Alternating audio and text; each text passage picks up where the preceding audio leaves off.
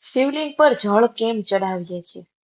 શું તમે ક્યારે વિચાર્યું છે કે આપણે શિવલિંગ પર જળ કેમ ચડાવીએ છીએ? મહાદેવને ફૂલ ચડાવીએ છીએ, બીલીપત્ર ચડાવીએ છીએ, પણ જળનું સ્થાન કંઈક અલગ જ છે. ખાસ કરીને શ્રાવણ મહિનામાં જ્યારે કોઈ ભક્ત શિવલિંગ પર લોટો ભરીને જળ ચડાવે છે ને, ત્યારે કદાચ તેના મનમાં એક જ ભાવ હોય છે: હે મહાદેવ, મારા જીવનની બધી મુશ્કેલીઓ શાંત કરી દે છે.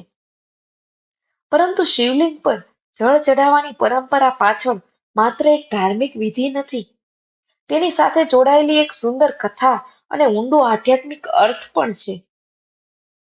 તો ચાલો આજે જાણીએ કે મહાદેવને જળ કેમ પ્રિય છે અને શિવલિંગ પર જળ ચઢાવવાનું સાચું મહત્વ શું છે.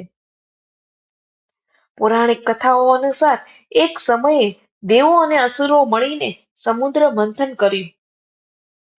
સમુદ્રમાંથી એક પછી એક અદ્ભુત વસ્તુઓ બહાર આવવા લાગી. પરંતુ અચાનક સમુદ્રમાંથી એક અત્યંત ભયંકર વિષ બહાર આવ્યું. આ વિષ એટલું ઝેરી હતું કે તેની અસરથી સમગ્ર સૃષ્ટિ પર સંકટ આવી ગયું. દેવો ગભરાઈ ગયા, અસુરો પણ ગભરાઈ ગયા. કોઈને સમજાતું નહોતું કે આ વિનાશથી સૃષ્ટિને કેવી રીતે બચાવવી. ત્યારે બધા દેવો મહાદેવ પાસે ગયા. તેમણે મહાદેવને પ્રાર્થના કરી કે હે મહાદેવ, આ સૃષ્ટિને માત્ર તમે જ બચાવી શકો છો. મહાદેવે સમગ્ર સૃષ્ટિની રક્ષા માટે એ વિષ પોતાના હાથમાં લીધું અને પી ગયા. પરંતુ તેમણે એ વિષને પોતાના પેટમાં ઉતાર્યું નહીં. તેમણે તેના પોતાના કંઠમાં રોકી રાખ્યું. એ ઝેરના કારણે મહાદેવનું કંઠ નીલું થઈ ગયું અને ત્યારથી તેઓ નીલકંઠ તરીકે ઓળખાયા. કહેવાય છે કે વિષની ભયંકર ગરમીને કારણે મહાદેવના શરીરમાં ઉષ્મા વધી ગઈ. ત્યારે દેવો અને ભક્તોએ મહાદેવ પર જળ અર્પણ કર્યું હતું. જળે તેમની ગરમીને શાંત કરી. આ જ ભાવના સાથે આજે પણ ભક્તો શિવલિંગ પર જળ ચઢાવે છે. એટલે જ શ્રાવણ મહિનામાં શિવલિંગ પર જળાભિષેકનું વિશેષ મહત્વ માનવામાં આવ્યું છે. પરંતુ અહીં એક વાત સમજવા જેવી છે: જળ માત્ર શિવલિંગ પર નથી ચઢાવવામાં આવતું. જળની સાથે ભક્ત પોતાની મનની ભાવનાઓ પણ અર્પણ કરે છે. જળનો સાચો અર્થ શું છે? જળ શું કરે છે? જળ ગરમીની શાંત કરે છે, જળ તરસ છિપાવે છે, જળ જીવન આપે છે અને સૌથી મહત્વની વાત, જળ પોતાનું કોઈ સ્વરૂપ રાખતું નથી. જે પાત્રમાં નાખો એનું સ્વરૂપ ધારણ કરી લે છે.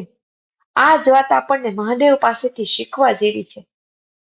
જ્યારે આપણે શિવલિંગ પર જળ ચઢાવીએ છીએ ત્યારે જાણે આપણે મહાદેવને કહી રહ્યા હોઈએ છીએ કે મારા મનની અંદર જે ગુસ્સો છે, જે અહંકાર છે, જે ચિંતા છે, જે દુઃખ છે, આ બધું જ શાંત કરી દેજો. જળ ચઢાવવાનો અર્થ માત્ર ઈચ્છા માંગવી નથી. આપણે ઘણીવાર ભગવાન પાસે જઈને કહીએ છીએ, મારી આ ઈચ્છા પૂરી કરી દેજો, મારી આ મુશ્કેલી દૂર કરી દેજો, મને આ વસ્તુ આપી દેજો. પરંતુ મહાદેવની ભક્તિ આપણને કંઈક અલગ જ શીખવે છે. ભગવાનને માત્ર આપણી ઈચ્છા પૂરી કરવા માટે યાદ ન કરવા જોઈએ.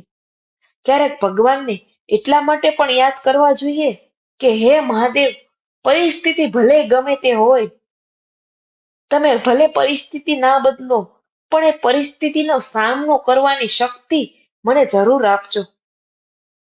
આ જ સાચી ભક્તિ છે. શ્રાવણમાં જળાભિષેકનું મહત્વ શું છે? શ્રાવણ મહિનો ભગવાનને શિવને સમર્પિત માનવામાં આવે છે. આ મહિનામાં ભક્તો ઉપવાસ કરે છે, મંદિરે જાય છે, બીલીપત્ર ચઢાવે છે અને શિવલિંગ પર જળ અર્પણ કરે છે. પરંતુ મહાદેવને પ્રસન્ન કરવા માટે માત્ર મોટી પૂજા કે મોટી વસ્તુની જરૂર નથી. એક લોટો જળ પણ પૂરતું છે. જો તેની પાછળ સાચી શ્રદ્ધા હોય ને, તમારી પાસે પૈસા ન હોય, મોટી પૂજા કરવાની વ્યવસ્થા ન હોય, મોંઘી વસ્તુઓ ચડાવી ના શકો, તો પણ કઈ વાંધો નહીં. મહાદેવને તમારી સંપત્તિ કરતા તમારો ભાવ વધારે મહત્વનો છે.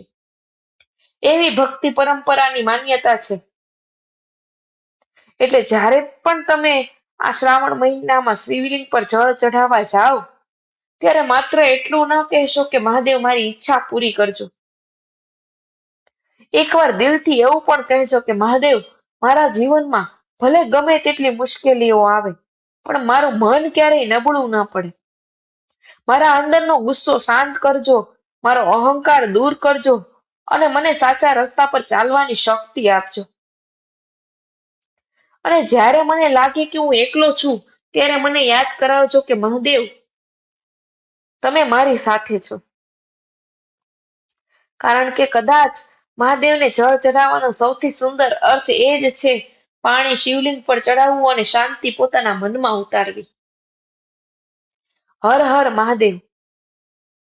જો તમને આ મારો વિડીયો ગમ્યો હોય તો ચેનલને લાઈક, સબસ્ક્રાઇબ અને કમેન્ટ જરૂર કરજો. Thank you.